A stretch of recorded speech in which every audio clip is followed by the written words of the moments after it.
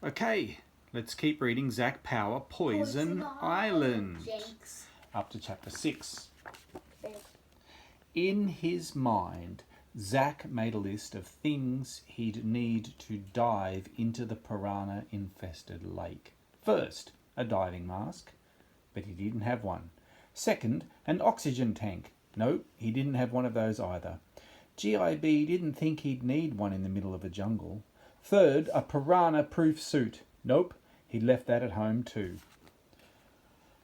Okay, Zach, he thought, you'll just have to dive in anyway.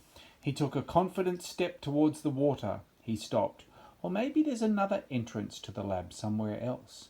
But deep inside, Zach knew there wasn't. He took a huge breath and jumped in. That's pretty crazy. Zach swam downwards, careful not to kick too much or wave his arms around. A big splash, he knew, would only attract the piranhas.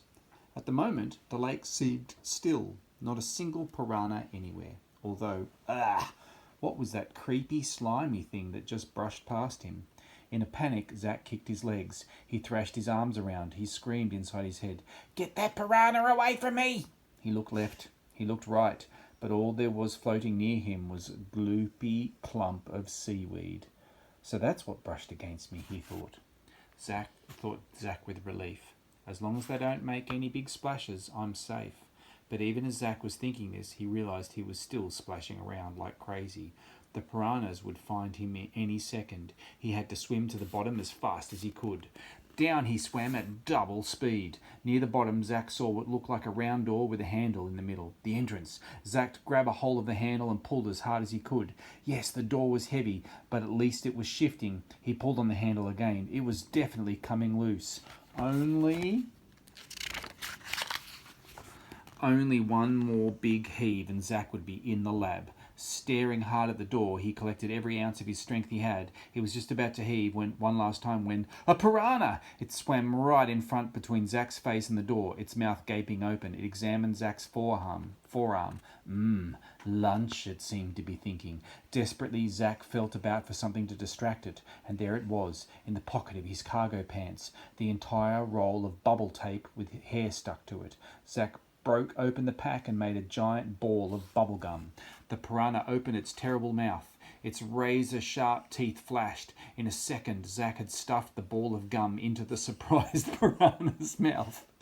A moment later, Zach was through the round door, through an airlock and into Dr. Drastic's mysterious laboratory. Bruh. Chapter 7. What Zach found on the other side of the door was just what he expected an evil science lab. Just what he expected an evil science lab to look like.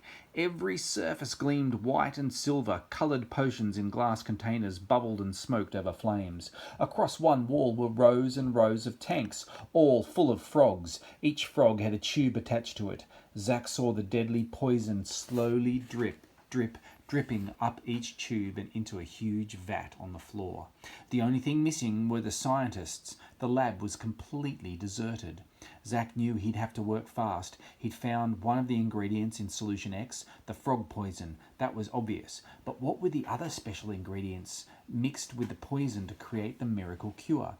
He had to complete the formula. Nearby, Zach saw a shelf full of books. Zach wasn't normally that into books, but today he was. A book was just the place a complicated formula might be written down. Zach raced over to the shelves. He grabbed a book. Family recipes, it said on the cover in curly gold writing. That looked promising, but on the first page there was nothing but a whole lot of old-fashioned handwriting with the heading Mrs. Drastic's World Famous Meatloaf. Zach was getting impatient. He had no time for Mrs. Drastic's cookbooks. Faster and faster he searched, scanning every single book on the shelves. 101 birthday cakes for evil boys. No good. Tripe, liver and onions, a treasury of horrible treats. Ugh, no way. Finally, Zach came to a book that was smaller than the rest. It had no title at all. Perhaps. He opened it. This book had 3 formulas inside, but just like the cover, none of them had a title. Each of them listed frog poison as the first ingredient. Suspicious, Zack thought. Any of these recipes could be solution X. Zack checked his watch. It was 6:36 p.m. He needed to know which was the right recipe and fast. There was only one way to find out. Mix up each recipe, then try them all himself. Oh no. Zack rushed over to a nearby cupboard. Sure enough, it was filled with hundreds of glass bottles, each with a weird-sounding name on the label. He grabbed a crusty mixing bowl from a sink and rinsed it out. As quickly as he could, he threw all the ingredients from the first recipe into the bowl, mixed them together, and swallowed them down. He felt nothing. But then he saw his reflection in the bottom of the dirty saucepan. His eyes were changing colour. One minute they were pink, the next they were gold, and the next they were fluoro orange. This couldn't be the right recipe. He mixed up the second recipe and swallowed that too. Zack coughed. His cough sounded like a canary singing. Also, not the right recipe. Desperately, Zack mixed together the third recipe. He gulped it down and waited. Nothing happened. He checked his eyes in the saucepan. They were brown, as normal. He coughed. That sounded like a normal cough too. This must be it, thought Zack. He'd found the formula for solution X. Suddenly, a very loud grinding sound filled the lab. Zack spun around. The entire bookshelf was turning around. It was revolving. It was a revolving door. Behind the bookshelf, Zack saw... What did he see? He saw a dusty tea break room where lab assistants sat reading magazines and drinking coffee, and there in the doorway stood a pale-skinned man with cold blue eyes and an explosion of white hair on his head. He was wearing a lab coat. Zack saw a name tag pinned to the chest. It read, Dr. Drastic. Access pass.